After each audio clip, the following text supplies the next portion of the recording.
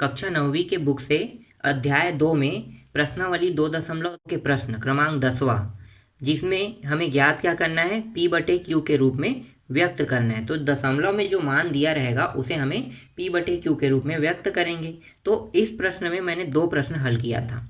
उसके बाद जो तीसरा है और चौथा है उसको आप लोगों को बनाने के लिए कहा था। तो कुछ लोगों से ये प्रश्न नहीं बना है। तो जिन लोगों से प्रश्न नहीं बना है तीसरा और चौथा, वो लोग ये प्रश्न देख लें कि कैसे हल होगा। तो चलो अब हम शुरू करते हैं प्रश्न को। तो प्रश्न जो तीसरा है, 10वां का जो तीसरा प्रश्न है वो है 3.12 और ऊपर में 7 के ऊपर में दिया है बार दिया हुआ है। ये प्रश्न हल कैसे होगा? तो सबसे पहले हम क्या करते हैं, इसे कुछ मानते हैं। तो मान लो, तो माना हम इसे x मानते हैं। तो x बराबर 3.127 हो जाएगा। अब यहाँ पे इन संख्याओं को देखो, तो यहाँ पे देखो 2 ऐसे संख्या है जिसमें बार नहीं लगा है और एक संख्या ऐसा है जिसके ऊपर में बार लगा है। तो यहाँ पे आपको थोड़ा सा कंफ्यूज करेगा कि भाई अगर यहाँ पे 2 संख्याओं में बार नहीं लगा है, एक संख्या में बार लगा है, तो ये हल कैसे होगा? क्यों? क्योंकि अभी तक हमने इससे जो पिछले 2 प्रश्न हैं जिनको हमने हल किया था, उनमें दोनों प्रश्नों में पीछे के जो दशमलव के बाद जो संख्या था उनमें बार लगा हुआ था, लेकिन यहाँ पे तो बार नहीं लगा है। तो हम इसको डायरेक्ट समीकरण नहीं मान सकते। क्यों? क्योंकि हमें सिर्फ दशमलव के बाद बार वाले संख्या अकेला चाहिए, तभी हम क्या करेंगे, उसे समीकरण मानेंगे। अगर मान लो ये 3.127 होता, ऐसे बार लगा होता सभी में, तो ये डायरेक्ट x बराबर समीकरण 1 बन जाता। लेकिन यहाँ पे 2 संख्या में बार नहीं लगा है, एक संख्या में बार लगा है, तो हम इसे समीकरण नहीं मान सकते। तो क्या करेंगे, ये जो दोनों संख्या है इसको हम इस पार लाएंगे, तभी क्या होगा, तभी ये समीकरण 1 बनेगा। तो इसे इस साइड लाने के लिए कितने की गुणा करना पड़ेगा? तो देखो 1 और 2, 2 संख्या मतलब 2 जीरो, इसका मतलब हो गया 2 संख्या है, इसको अंदर लाएंगे 2 संख्या को, तो 2 जीरो, और इसे आगे में 1 कर दो। तो 100 से अगर हम इसको गुणा करें तो ये जो दोनों संख्या है वो अंदर आ जाएगा। तो गुणा कर दो, तो दोनों पक्षों में 100 का गुणा करने पर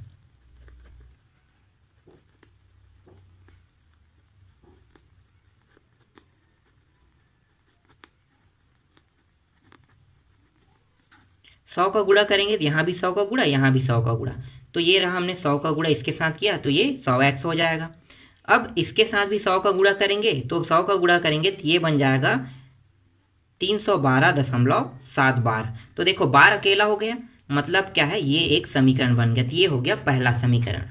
ठीक, यहाँ तक समझ में आ गया। अगर हम इसको व्यक्त करें तो कैसे व्यक्त करेंगे? तो ये 100x बराबर 312.7777, इस तरह से ये 7 क्या है, बार बार आ रहा है। मतलब ये बार का मतलब यही बताना चाहता है कि ये संख्या बार बार रिपीट हो रहा है, इसीलिए इसके ऊपर में क्या लगा है, बार लगा है। ठीक, तो ये हो गया एक समीकरण। अब हम क्या करेंगे, दूसरा समीकरण ज्ञात करेंगे। अब दूसरा समीकरण में ये जो बार लगा है ना, उसको अंदर ला लेते हैं। तो बार को अंदर लाएंगे, मतलब अगर मैं इसमें सिर्फ एक संख्या को अंदर ले आता हूँ, ठीक है, यहाँ पे कितने संख्या है, एक संख्या है ना, तो एक संख्या है दशमलव के बाद, तो अब कितने से गुणा करना पड़ेगा? अब एक संख्या है, मतलब एक संख्या को 0 और यहाँ पे 1 आगे में लगा दें, तो 10 बन गया। तो अब 10 से जब गुणा करेंगे तो ये अंदर आ जाएगा। तो गुणा कर दो, तो यहाँ पे लिखो दोनों पक्षों में 10 का गुणा करने पर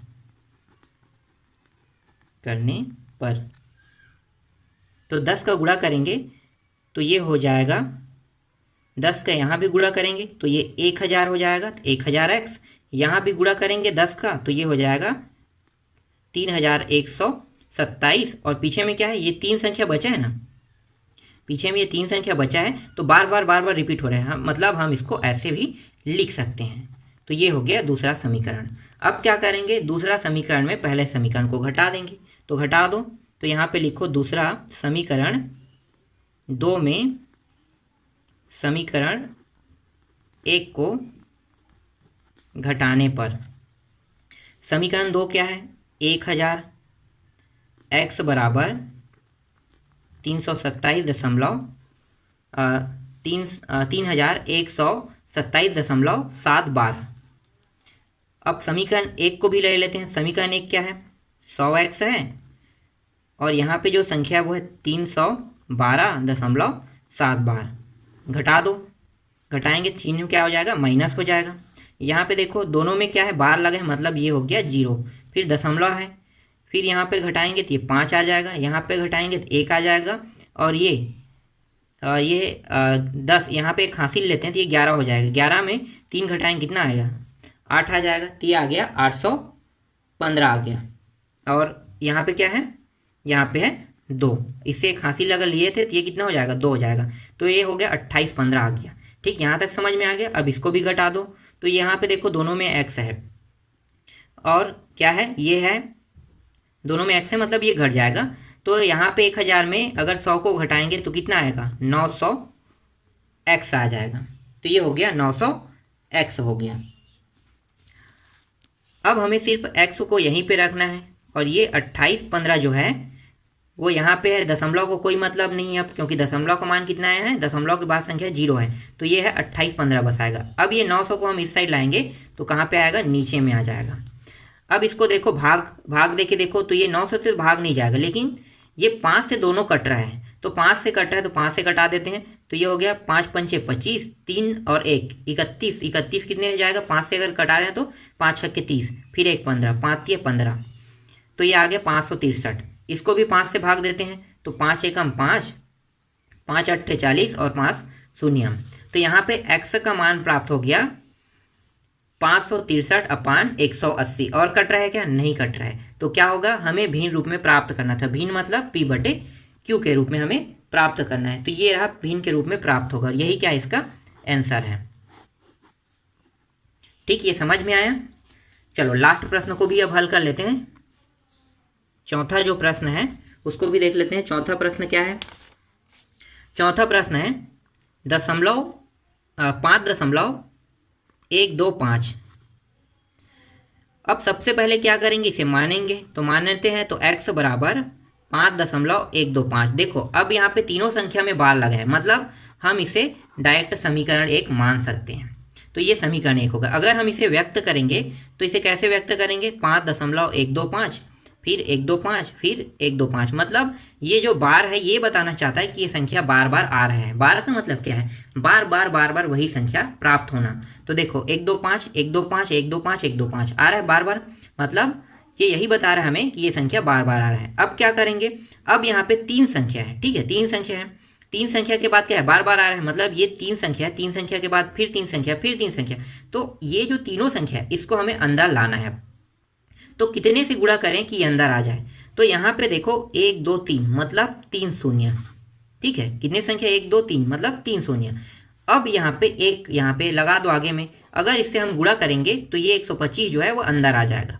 तो दोनों पक्षों में हम क्या करेंगे, 1000 का गुणा करेंगे, तो लिखो यहाँ पे दोनों पक्षों में 1000 का गुणा करने पर,